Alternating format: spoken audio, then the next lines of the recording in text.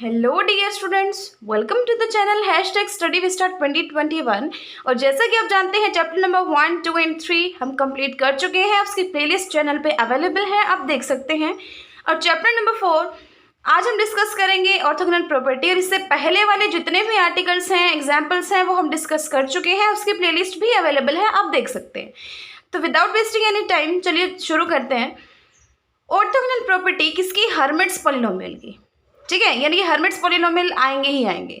दो hermits polynomial हैं, H N x है, एच एम एक्स है। मल्टीप्लीकेशन है इनकी e की पावर माइनस एक्स स्क्वायर से, और फिर इंटीग्रेशन है माइनस इन्फिनिटी से इन्फिनिटी तक। क्या है? एच एन एक्स है, एच एम एक्स है, इनकी मल्टीप्लीकेशन है, और मल्टीप्लीकेशन है इनकी e की पावर माइनस एक्स स्क्वायर से, और इंटीग्रेशन है माइनस इन्फिनिटी से इन्फिनिटी तक। ठीक है, अब देखो, अगर ये इक्वल नहीं है, m और n अलग अलग हैं, साथ नहीं दे रहे हैं एक दूसरे का, इक्वल नहीं है, अलग अलग हैं, तो वैल्यू आएगी 0। इस टाइप से आप इसको याद रख सकते हो। और अगर एक दूसरे का साथ दे रहे हैं, इक्वल हैं, सेम है, तो वैल्यू आएगी root pi 2 raise to the power n n factorial. Root pi 2 raise to the power n n factorial. ये आपको याद करनी है ना, आई होप याद हो भी गई होगी। आपको सिर्फ क्या करना है? रूट पाई करना है, 2 की पावर n करनी है, और n फैक्टोरियल करना है। ये हमारी है ऑर्थोगोनल प्रॉपर्टी। तो चलिए देखते हैं इसको प्रूव कैसे करेंगे हम। सबसे पहले जनरेटिंग फंक्शन का यूज करेंगे हम, and we know very well कि what is the generating function. H N X के लिए मैंने जनरेटिंग फंक्शन लिख दिया, एच एम एक्स के लिए मैंने जनरेटिंग फंक्शन लिख दिया। ठीक है ना, डिफरेंस किस चीज़ का दोनों में? सिर्फ यहाँ जहाँ n है यहाँ m है। क्यों? क्योंकि यहाँ हम एच एन एक्स के लिए डिफाइन कर रहे हैं, और यहाँ एच एम एक्स के लिए। यहाँ जहाँ t है वहाँ पे यहाँ s लेंगे हम, क्योंकि वेरिएबल्स हमें चेंज करने पड़ेंगे ना। बस यही डिफरेंस है, बाकी तो जनरेटिंग फंक्शन हमें पता ही है। अब हम क्या कर देंगे? दोनों को मल्टीप्लाई कर देंगे, यानी कि इसकी लेफ्ट हैंड साइड इसकी लेफ्ट हैंड साइड से मल्टीप्लाई हो जाएगी, इसकी राइट हैंड साइड इसकी राइट हैंड साइड से मल्टीप्लाई हो जाएगी। यानी क्या हो जाएगा? H N X H M X T raise to the power n s raise to the power n divided by n factorial m factorial. और इस साइड क्या हो जाएगा? इनकी मल्टीप्लीकेशन हो जाएगी, दोनों समेशन समेशन हमने लिख ली। अब देखो, अब हमें ये जो प्रूफ करना है ना, उसके अंदर हमें क्या चाहिए? देखो, हमें ये चीज़ प्रूफ करनी है कि इन दोनों के मल्टीप्लीकेशन किसके साथ मल्टीप्लाइड हो? e की पावर माइनस एक्स स्क्वायर के साथ। लेकिन यहाँ पे देखो ये नहीं आ रहा था, तो इसीलिए हम क्या करेंगे? e की पावर माइनस एक्स स्क्वायर से कर देंगे मल्टीप्लाई दोनों साइड, और फिर इंटीग्रेट कर देंगे माइनस इन्फिनिटी से इन्फिनिटी तक। ठीक है ना, हमें ये पता है कि हमने ये स्टेप क्यों किया है, क्योंकि हमें यही तो प्रूव करना है ना लेफ्ट हैंड साइड में जो है ऑर्थोगोनल प्रॉपर्टी के, तो हमने वही किया। अब देखो, यानी कि इसको तो सबसे पहले आप एज इट इज ही रखो। सबसे पहले हम राइट हैंड साइड को सोल्व करेंगे। राइट हैंड साइड को इसने कैसे सोल्व किया हुआ है, ध्यान से देखिए। सबसे पहले इसने क्या किया? t प्लस एस का होल स्क्वायर के साथ ऐड कर दिया, और t प्लस एस का होल स्क्वायर ही सब्ट्रैक्ट कर दिया। इसमें t प्लस एस का होल स्क्वायर ऐड कर दिया, t प्लस एस का होल स्क्वायर सब्ट्रैक्ट कर दिया। ये तीनों साथ में रख लिए, यानी कि ये टर्म और ये नेगेटिव वाली, और बाकी जो दोनों टर्म बच गई ये वाली, और t प्लस एस का स्क्वायर ये अलग रख ली। ठीक है, ये अलग क्यों रखी? इसका भी लॉजिक है, क्योंकि हर चीज़ के पीछे लॉजिक है ही है। तो इसने ये अलग क्यों रखा? क्योंकि देखो, इसको तो जब ये सोल्व करेगा ना, तो ये a माइनस बी का होल स्क्वायर बन जाएगा, जहाँ a है x और b है t प्लस एस। ठीक है, और इसको जब हम सोल्व करेंगे तो ये क्या आएगा? 2ts आएगा। बाहर क्यों लिया? क्योंकि इसमें कोई x है ही नहीं इसमें, तो इंटीग्रेशन तो x के रिस्पेक्ट में है, तो ये कांस्टेंट होगा उसके रिस्पेक्ट में, तो इसीलिए अंदर सिर्फ मैंने ये टर्म रखी। अब जो ये बच गया ना अंदर वाला है, उसको मैंने y रख दिया, यानी dx क्या हो जाएगा? dy। y रखने के पीछे भी लॉजिक है। क्यों? क्योंकि ये इंटीग्रेशन हम जानते हैं कि इस चीज़ के इक्वल होता है, रूट पाई के इक्वल होता है, इसीलिए मैंने इसको क्या किया है? y के इक्वल पुट किया। ठीक है, सो इसकी जगह हम रख देंगे रूट पाई, यानी कि एट द लास्ट। और फिर मैंने क्या किया? इसको एक्सपेंड कर दिया। हम जानते हैं ना e की पावर x का एक्सपेंशन क्या होता है? समेशन e की पावर जो x है, कोई भी अगर e की पावर x है तो उसका एक्सपेंशन क्या होता है? वी नो वेरी वेल कि m is equal to 0 to infinity x raise to the power m हो जाती है, और m फैक्टोरियल हो जाता है। ठीक है, e की पावर x का जो एक्सपेंशन है वो ये होता है। क्योंकि देखो, इसको आप लिख भी सकते हो कैसे? 1 plus x square by 2 factorial and so on, इस टाइप से। उसी को मैंने क्या लिखा है? एक सीरीज की फॉर्म में लिखा हुआ है। ठीक है ना, यानी जहाँ x था, x मतलब इसकी जो पावर है ये, तो x की पावर क्या हो जाएगी? n ले ली इसने, डिवाइडेड बाई n फैक्टोरियल, यानी कि इसको एक्सपेंड कर दिया। अब देखो, रूट पाई को अंदर ले लिया इसने, और T raise to the power N लिख दिया, S raise to the power N लिख दिया। ये मतलब इसने क्या किया, राइट हैंड साइड को जस्ट सोल्व कर लिया। अब देखो, अब पहले हम ये सोचते हैं कि हमें यहाँ क्या चाहिए और क्या नहीं चाहिए हमारी ऑर्थोगोनल प्रॉपर्टी को प्रूव करने के लिए। T raise to the power N और S raise to the power N, ऐसा तो कुछ है ही नहीं वहाँ पे, तो इसका मतलब हमें कुछ ना कुछ करके यहाँ से रिमूव करना पड़ेगा। अब रिमूव करने का भी इजी से इजी वे क्या है कि इसी के कोफिशिएंट को कंपेयर कर दो दोनों साइड, अपने आप ही चला जाएगा ये तो, है ना। यानी कि टी की पावर एन, एस की पावर एम, इसके कोफिशिएंट को क्या कर दो, इक्वेट कर दो दोनों साइड। दोनों साइड मतलब ये वाली साइड भी और ये वाली साइड भी, यहाँ इसका कोफिशिएंट क्या आ जाएगा, ये वाला। तो देखो 1/m फैक्टोरियल माइनस इन्फिनिटी से इन्फिनिटी e की power minus X square H N X H M X X D X is equal to 0। ये 0 हो जाएगा अगर m और n इक्वल नहीं है तो, ठीक है। m और n इक्वल नहीं है तो ये 0 हो जाएगा, क्योंकि ऑब्वियस सी बात है जब ये इक्वल नहीं है तो ये देखो एक्सपेंशन किस चीज़ का है, जब इनकी वैल्यू क्या है, सेम है। यानी कि अगर सेम नहीं है तो वैल्यू हो जाएगी 0, और अगर सेम है तो इसका कोफिशिएंट ऑब्वियसली यही आ जाएगा, ठीक है ना। तो दोनों टाइप से इसने कंपेयर कर दिया। जब इक्वल नहीं है तो ऐसा इसमें कोई कोफिशिएंट है ही नहीं तो 0, और जब ये इक्वल होंगे तो ये जो कोफिशिएंट है किस चीज़ के इक्वल आ जाएगा, इसके इक्वल। जब इक्वल होंगे यानी कि यहाँ H N X H M X अलग अलग क्यों लिखा, क्योंकि इक्वल नहीं है, यहाँ इसको स्क्वायर कर दिया और यहाँ ये वैल्यू आ गई, यहाँ 0 आ गया, ठीक है ना। ये चीज़ है। अब देखो लेकिन जो हमें चाहिए वहाँ भी थोड़ा सा मिसिंग है। क्या कंसेप्ट मिसिंग है यहाँ पे, देखो आगे इसने क्या कहा, this is equal to root pi to raise to the power N N factorial, जब एम एन के इक्वल है। ये चीज़ आई है अभी पीछे। अब इसने इनको कंबाइन कर दिया। कंबाइन मतलब जैसे फॉर्म में हमें चाहिए था ना, वैसे इसने लिख दिया दिस इज इक्वल टू ये and this is equal to ये, एंड यू नो यही चीज़ हमें प्रूव करनी थी, है ना। अब देखो ये आप यहाँ तक कर सकते हो अगर आपने स्टेटमेंट नंबर 1 की है, ठीक है। एक इसने सेकंड वाली भी बता रखी है कि ये चीज़ किसके इक्वल होगी, इस चीज़ के इक्वल होगी, और मल्टीप्लाई में है delta M N. Delta M N का क्या मतलब क्या है, इसकी वैल्यू 0 है अगर वो इक्वल नहीं है, और इसकी वैल्यू 1 है अगर ये इक्वल है, तो बात तो वही बन गई ना, ठीक है। कौन से भी आप कर सकते हो तीनों में से, लेकिन फर्स्ट स्टेटमेंट अगर आप कर रहे हो तो आप यहाँ तक इसको छोड़ सकते हो, क्योंकि हमें जो प्रूव करना था वो हो गया। बट अगर आप सेकेंड वाली कर रहे हो तो आपको यहाँ तक करना पड़ेगा, ठीक है। जैसा आपको ठीक लगे आप वैसा कर सकते हैं। अब हम चलते हैं हमारे जो एग्जाम्पल बचे हुए हैं उन पे। यानी कि सबसे पहले ना हम एग्जाम्पल से पहले ही हम ये देख लेते हैं हम सभी एग्जाम्पल्स में करेंगे क्या। सबसे पहले हम क्या करेंगे, रिकरेंस रिलेशंस लिख देंगे। रिकरेंस रिलेशंस का क्या करेंगे, यूज़ करेंगे, और कहीं कहीं हम जनरेटिंग फंक्शन का यूज़ करेंगे, ठीक है। वो हम देख लेंगे। यानी कि मेन आपको समझने की ज़रूरत क्या है यहाँ पे कि आपको कोफिशिएंट के पेयर्स बनाने किसी ना किसी तरीके से। For example H N X बना दिया आपने, एच एन प्लस 1 बना लिया। अब जहाँ एच एन एक्स है और एच एन प्लस 1 एक्स है, अब ये इक्वल नहीं है, हमने देखा था। अब ये साथ नहीं दे रहे एक दूसरे का तो वो इंटीग्रेशन 0 के इक्वल हो जाता है। और अगर कहीं एच एन एक्स और एच एन एक्स इनकी मल्टीप्लाई आ रही है तो वो क्या हो जाएगा, root pi to raise to the power N and N factorial, ठीक है ना। यानी कि किसी ना किसी तरीके से इन पॉलिनोमियल्स की मल्टीप्लाई की फॉर्म में उस चीज़ को रिप्रेजेंट कर लो जो आपको प्रूव करना है।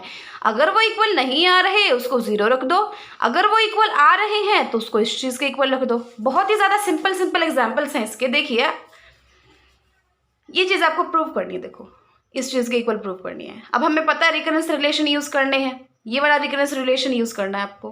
फिर क्या कर दो कि 2 से डिवाइड कर दो पूरी इक्वेशन को, और फिर देखो यहाँ आपको क्या चाहिए, एक्स स्क्वायर के साथ मल्टीप्लिकेशन चाहिए इसके, लेकिन है क्या, यहाँ पे एक्स है, तो इसका मतलब आपको क्या करना पड़ेगा, दोनों साइड एक्स से मल्टीप्लाई करना पड़ेगा। कर देंगे हम, दोनों साइड एक्स से क्या कर दी, मल्टीप्लाई कर दी। अब देखो, अब ध्यान से देखिए स्टेप, इस इक्वेशन का ना 2 इक्वेशन बनानी है इससे। कैसे, जहाँ n है वहाँ सबसे पहले तो n-1 कर दो, यानी कि बाकी सब एज इट इज। जहाँ n है वहाँ n-1 कर दो, ये इक्वेशन आ जाएगी। जहाँ n है वहाँ n+1 करेंगे आप तो यहाँ से ये इक्वेशन आ जाएगी। दोनों इक्वेशन आई। अब हम इन दोनों इक्वेशन को यूज़ करेंगे, इन दोनों इक्वेशन को पुट करेंगे किसके अंदर, इसी के अंदर, क्योंकि h(n-1x) की वैल्यू यहाँ से रख देंगे हम, और x hn+1x की वैल्यू यहाँ से रख देंगे, ठीक है। तो इस इक्वेशन को और इस इक्वेशन को इसके अंदर पुट करना है आपको, इसके अंदर। तो देखो सॉल्व कर आके और लास्ट में हम पहुँच जाएंगे यहाँ तक, यानी कि जो कोफिशिएंट है ना उनको अलग अलग कर लो। अब देखो यहाँ देखिए ध्यान से, आपको क्या करना है, एच एन एक्स का स्क्वायर चाहिए आपको, ठीक है। और हमारे पास है क्या, एच एन एक्स है, तो उसके मतलब क्या है, हम एक और एच एन एक्स से क्या करेंगे, मल्टीप्लाई करेंगे। तो एक और एच एन एक्स से हमने क्या कर दिया, दोनों साइड मल्टीप्लाई कर दिया, ठीक है। उसके बाद देखो हमें फॉर्मूला लगाने के लिए ई की पावर माइनस एक्स स्क्वायर भी तो चाहिए ना साथ में, क्या चाहिए, की पावर माइनस एक्स स्क्वायर भी चाहिए साथ में, तो उससे भी हमें मल्टीप्लाई करना पड़ेगा। यानी कि दोनों साइड हम क्या कर देंगे, मल्टीप्लाई कर देंगे ई की पावर माइनस एक्स स्क्वायर और एच एन एक्स से। यानी कि लेफ्ट हैंड साइड में तो वही बन गया जो हमें चाहिए, राइट हैंड साइड में देखो, देखिए अब ध्यान से देखिएगा, ये 3 टर्म्स बनी है ना हमारी। अब यहाँ एन है या एन माइनस 2 है, क्या ये सेम है, नहीं है, तो क्या आएगा, इंटीग्रेशन 0, सिंपल। यहाँ एच एन एक्स है या एच एन प्लस 2x है, क्या ये सेम है, नहीं है, तो आंसर क्या आएगा, 0, और भी सिंपल। यहाँ क्या है, सेम है, तो इसका मतलब ये तो एज इट इज, और जो इंटीग्रेशन है ना उसकी वैल्यू क्या आ जाएगी, root pi 2 raise to the power N N factorial, तो ये क्या आ जाएगा, आपका आंसर आ जाएगा, ठीक है। इसी टाइप से आप बाकी करेंगे। इसमें इसने क्या कहा, अगर फाई एन ये है ना तो ये चीज़ प्रूव करो। तो सबसे पहले तो ये देख लो, आपको इसमें क्या चाहिए, phi M X, phi N X, दो चीज चाहिए, फाई एन एक्स ये है और फाई एम एक्स कैसे निकालोगे, जहां एन है वहां एम कर दो, तो फाई एम एक्स की वैल्यू क्या हो जाएगी, की power minus X square by 2 H M, M for mango, X, दोनों की वैल्यू आ गई और इसमें पुट कर दो। इनको कंबाइन करोगे ना तो ए की पावर क्या बन जाएगा, माइनस एक्स स्क्वायर बन जाएगा, और इनकी मल्टीप्लीकेशन है। अब इनकी मल्टीप्लीकेशन देखो डिपेंड करता है, अगर ये दोनों क्या है, इक्वल हैं, तो वैल्यू आ जाएगी root pi 2 raise to the power N और एन फैक्टोरियल, और अगर ये इक्वल नहीं है तो क्या आ जाएगी, 0 आ जाएगी। आप उस तरीके से भी लिख सकते हो, और मैंने आपको बताया था आप इस टाइप से भी लिख सकते हो, ठीक है ना। ये सेकेंड स्टेटमेंट वाली फॉर्म में आपकी मर्जी, आप कैसे भी लिख सकते हैं, गलत कोई भी नहीं है। अब हम करते हैं हमारे 13th एग्जाम्पल। 13th एग्जाम्पल में देखिए क्या है कि आपके पास अगर फाई एन एक्स इस चीज़ के इक्वल है, किस चीज़ के इक्वल है, इस चीज़ के इक्वल, जहाँ पे एच एन एक्स का एक हर्मिट पॉलिनोमियल है, तो इस चीज़ की वैल्यू ये होगी, इस चीज़ की वैल्यू ये होगी। बस अब सीधा सी बात है, आपको ये देख लो कि यहाँ क्या क्या चाहिए, आपको यहाँ फाई एन का डैश चाहिए, तो हम क्या कर देंगे, इसका इंटीग्रेशन निकाल लेंगे, और एच फाई एम एक्स की वैल्यू चाहिए, यानी कि इसी इक्वेशन के अंदर जहां एन है वहां एम पुट कर दो, दोनों की वैल्यू निकाल के पुट कर दो, कुछ ना कुछ करके सोल्यूशन करके, और हमारे पास ये चीज़ आ जाएगी। तो अब हम समझ गए हैं हमें क्या करना है, चलो फिर करते हैं। फाई एन एक्स इस चीज़ के इक्वल है, तो आगे क्या करेंगे हम, देखिए आगे हमने क्या किया है, फाई एम एक्स की वैल्यू निकाल ली और फाई एन डैश एक्स की वैल्यू निकाल ली, ठीक है। लेकिन यहाँ पे हमें किसी इंटीग्रेशन नहीं चाहिए, कोई भी कोई डिफरेंशिएशन नहीं चाहिए, ये यानी कि एच एंड एक्स की वैल्यू मेरे को सब्स्टिट्यूट करनी पड़ेगी, तो उसके लिए मैं यूज़ करूँगी रिकरेंस रिलेशन का। इस रिकरेंस रिलेशन से एंड इस रिकरेंस रिलेशन से, इससे हम पुट कर देंगे किसकी value, X H N X की वैल्यू पुट कर देंगे, और इससे मैं किसकी वैल्यू पुट कर दूंगी, एच एन डैश एक्स की वैल्यू पुट कर दूंगी। इन दोनों की वैल्यू पुट करके और वैल्यू किसकी आ जाएगी, फाई एन डैश एक्स की वैल्यू आ जाएगी, ठीक है। तो यूजिंग 4 and 5 in 3 इसका यूज करके हमारे पास क्या आ जाएगा, phi N dash is X is equal to इस चीज़ के इक्वल प्लस इस चीज़ के इक्वल आ जाएगा, ठीक है। अब हम क्या कर देंगे, ई के पावर माइनस एक्स स्क्वायर को ले लेंगे कॉमन, और जो अंदर बचा उसको लिख लेंगे इकट्ठा अलग से, ठीक है। अब देखो एच एन प्लस 1 एक्स का तो सिर्फ एक ही टर्म है, एच एन माइनस 1 एक्स की कितनी टर्म्स है, 2 टर्म्स है, तो 2n प्लस का है और माइनस n है, तो प्लस का n बच जाएगा, तो ये चीज़ आ जाएगी, ठीक है। अब फाई एन डैश एक्स की वैल्यू आ जाएगी, आई है आपके पास, फाई एम एक्स की वैल्यू आई है, दोनों को रख दो, जब इसको खोल लेंगे ना हम तो यहाँ तक हम आ जाएंगे। उसके बाद देखो यहाँ n माइनस 1 है, यहाँ एच एम एक्स है, यहाँ n प्लस 1 एक्स है, यहाँ एच एम एक्स है। बस वही बात है कि इन पे डिपेंड करता है, तो वही चीज़ लिख देंगे। इसने क्या किया, n 2 raise to the power n minus 1 किया, n माइनस 1 फैक्टोरियल किया, n फैक्टोरियल यानी कि n फैक्टोरियल ही तो है ना ये, देखो मैं आपको बताती हूँ, रूट पाई और फाई n माइनस 1 m। अब यहाँ पे जो हमारा ऑर्थोगोनल प्रॉपर्टी थी, वहाँ पे जब ये n था ना यहाँ पे, तो इसकी वैल्यू क्या थी, ये चीज़ थी। अगर यहाँ n माइनस 1 हो जाए बाई चांस, जो कि हमारे इस एग्जाम्पल में है, तो ये वैल्यू क्या आ जाएगी, root pi 2 raise to the power n minus 1 और n माइनस 1 फैक्टोरियल। तो इसने वही चीज़ की हुई है, यहाँ पे n वही है, 2 की पावर होगी n माइनस 1, n माइनस 1 का हो गया फैक्टोरियल, रूट पाई हो गया, और डेल्टा n माइनस 1 m हो जाएगा, ठीक है ना। एंड सिमिलरली यहाँ पे हो जाएगा डेल्टा n प्लस 1 और m, और जहाँ n आना चाहिए था वहाँ हो गया n प्लस 1, ठीक है, आप इस टाइप से भी लिख सकते हो, लेकिन आपको प्रूव इस टाइप से करना है तो उसको खोल के लिख देना कि जब ये इक्वल नहीं है ना एक दूसरे के तो जीरो आएगा ही आएगा। अगर m n-1 के इक्वल है तो m और n-1 के इक्वल है तो ये टर्म तो है जीरो, लेकिन यहाँ पे ये दोनों सेम हो गए तो इसका मतलब सिर्फ ये वाली चीज बच जाएगी यहाँ पे। और अगर m n+1 के इक्वल हो गया तो ये जीरो हो जाएगा और सिर्फ ये वाली टर्म बच जाएगी यहाँ पे। ठीक है, ये हमारा है एग्जाम्पल नंबर 13। अब हम चलते हैं एग्जाम्पल नंबर 14 पे। 14 में भी कुछ ऐसा ही है, रिकरेंस फॉर्मूला आपको यूज करना है, दोनों साइड e की पावर -x² HMX से मल्टीप्लाई करना है इसके। क्यों? क्योंकि x है HNX है। ठीक है, लेकिन इन दोनों की कमी है तो इनको मल्टीप्लाई करके इस कमी को हम पूरा भी कर देंगे। तो ये लेफ्ट हैंड साइड में तो वही आ गया जो हमें प्रूव करना है, राइट हैंड साइड में ये दो चीज़ें आ गई। अब ये दो चीज़ें आ गई तो इसमें वैल्यू पुट कर दो, n√π 2n-1 n-1 factorial delta n-1 m, और सिमिलरली हो जाएगा। मतलब अब तो वही फॉर्मूला लगाना है हमें। ठीक है ना। अब हम 15th के ऊपर। 15th में आपको क्या प्रूव करना है कि h2n at 0 dash is equal to 0 and h2n+1 at 0 is equal to this। ये चीज़ प्रूव करनी है। देखो कंफ्यूज होने वाली ज़रूरत नहीं है इसके अंदर। ये चीज़ हमने क्या पता है कि HNX ये होता है, आर्टिकल नंबर 4.4 में किया था हमने ये। ठीक है, जब हमने क्या किया था, जो हर्मिट्स पॉलिनोमियल है ना उसको कैसे रिप्रेजेंट करना है वो चीज़ देखी थी, तो ये वहाँ से उठाया गया है।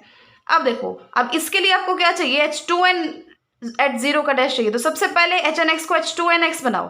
तो उसके लिए हम जहाँ जहाँ n है वहाँ क्या पुट कर देंगे, 2n पुट कर देंगे ना। तो जहाँ n है वहाँ 2n पुट कर देंगे, n की जगह 2n, यहाँ 2n हो गया, यहाँ 2n हो गया। अब देखो, अब हम इसका डिफ्रेंशिएशन चाहिए तो डिफ्रेंशिएट करोगे, ये सारा तो कांस्टेंट है ही है, इसकी वैल्यू क्या आ जाएगी 2n - 2m और 2x की पावर 2n - 2m - 1 है ना। वही कि x की पावर n का क्या होता है डिफ्रेंशिएशन, n × x की पावर n - 1 होता है, वही चीज़ लगाई है। और फिर 2x का डेरिवेटिव करेंगे तो क्या आएगा 2, तो इसने 2 लिख दिया। तो ये चीज़ आ गई। देखो अब हम क्या करेंगे, देखो 2n फैक्टोरियल आ गया, 2x raised to the power 2n - 2m - 1 × 2 आ गया and divided by m factorial आ गया। और देखो यहाँ 2n - 2m है और यहाँ 2n - 2m का फैक्टोरियल है। अब फैक्टोरियल है तो हम इससे और इससे एक वैल्यू काट सकते हैं ना, क्या बच जाएगा 2n - 2m - 1 फैक्टोरियल बन जाएगा। ठीक है ना, ये फैक्टोरियल बन जाएगा। तो अब देखो हमें इसकी वैल्यू निकालनी है h'2n at 0। तो 0 पे इसकी वैल्यू निकाल लेंगे तो ये किस चीज़ के इक्वल हो जाएगा 0, क्योंकि x है, x की जगह 0 पुट करोगे तो किस चीज़ के इक्वल हो जाएगी, ये वैल्यू 0 के इक्वल ही हो जाएगी ना। ठीक है, सबसे पहले हमें क्या करना था, एक बार और रिपीट कर लेते हैं इसको। HNX की वैल्यू हमने एज इट इज रख ली, फिर हमने वैल्यू निकाली h2nx की, फिर हमें क्या चाहिए था, इसका डेरिवेटिव चाहिए था। अगर हमें इसका डेरिवेटिव चाहिए था तो हमने क्या कर दिया, उसका डेरिवेटिव कर दिया। ठीक है, इसने एक चीज़ और करी हुई है, यहाँ पे क्या करी हुई है कि m = 0 to n-1 लिया है इसने। अगर आपने ध्यान दिया हो, क्यों लिया, क्योंकि अगर मैं यहाँ पे m को n रख देती हूँ, m को मैंने क्या रख दिया, n रख दिया, तो ये माइनस हो गया, वैसे ही ना 0 बना देगा इसको। यानी कि वो टर्म आप लो या ना लो कोई फर्क ही नहीं पड़ रहा, वो तो वैसे इसको 0 बना रही है। तो इसने 0 से n-1 तक ले लिया। तो इसमें कंफ्यूज मत होइएगा क्योंकि बहुत ही सिंपल है, क्योंकि वो वैल्यू 0 आ रही थी इसलिए इसने उसको छोड़ दिया। तो h2n-x at 0 is equal to 0। ठीक है, अब एक चीज़ और बच गई बस कि हमें क्या करना है, h'2n+1 at 0 की वैल्यू निकालनी है। वो भी हम सिमिलरली कर लेंगे। पता है ना आपको क्या करेंगे, h2n+1 की वैल्यू निकाल लेंगे, उसका डेरिवेटिव कर देंगे और फिर उसकी वैल्यू निकाल लेंगे एट 0। अब देखो सिमिलरली इसने वही किया, जहाँ HNX था ना वहाँ n की जगह 2n+1 पुट कर दिया तो h2n+1 x की वैल्यू आ गई, ये चीज़ आ गई। अब डिफ्रेंशिएट कर देंगे तो ये चीज़ आ जाएगी। ठीक है ना, बट अब देखो वो कंसेप्ट आप यहाँ भी लगा सकते हो। यहाँ इसने m = 0 to n-1 क्यों नहीं किया, क्योंकि n रखने पे 0 नहीं आ रहा, 0 नहीं आ रहा, वैल्यू आएगी। तो इसका मतलब यहाँ तक हम पहुँच गए। अब 0 रखोगे ना x को तो ये एक सीरीज है, अगर एक तरीके से देखो तो आप, तो बाकी सारी टर्म तो हो जाएंगी 0, बट जब आप m को n पुट कर रहे हो ना तो ये वैल्यू आएगी, क्योंकि जब आप n पुट करोगे तो इसकी पावर हो जाएगी 0, यानी कि ये हो गया 1। तो वैल्यू क्या बची, -1 की power n 2n+1 factorial divided by n factorial. ठीक है, जहाँ m था ना वहाँ n पुट कर दिया तो यहाँ n फैक्टोरियल बन गया।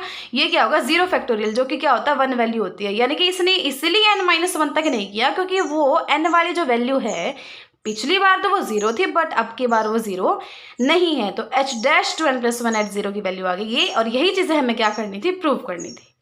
ठीक है, सो ये कंप्लीट होता है हमारा चैप्टर नंबर 4, और नेक्स्ट लेक्चर में हम स्टार्ट करेंगे हमारा चैप्टर नंबर 5। ठीक है, सो अगर आपको अच्छा लगा तो please like, share and subscribe the channel, ताकि आपको सभी नोटिफिकेशन मिलती रहें जब भी वीडियो डाले जाए। So keep learning and thanks for watching.